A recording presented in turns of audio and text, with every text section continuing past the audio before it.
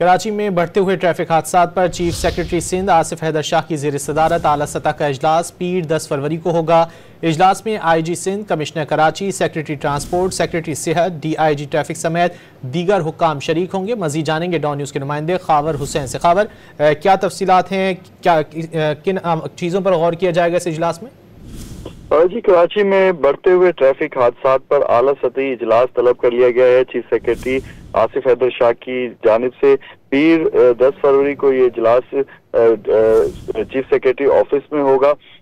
इजलास में IG Sindh, commissioner Karachi, secretary transport, secretary सेहत, DIG ट्रैफिक समेत दीगर हुकाम शरीक होंगे।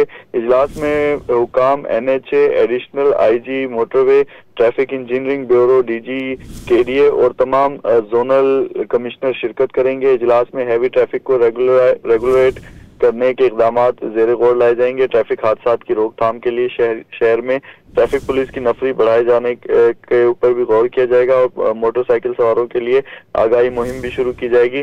जबकि शहर में ट्रक, डंपर और वाटर टैंकर के बायस जो अमवात हुई उस पर चीफ सेक्रेटरी ने अफसोस का इजहार किया और कहा कि इस पर फौरी तौर पर इकदाम करने की जरूरत है। जी, बहुत शुक्रिया खावर इन तफसीलात के लिए।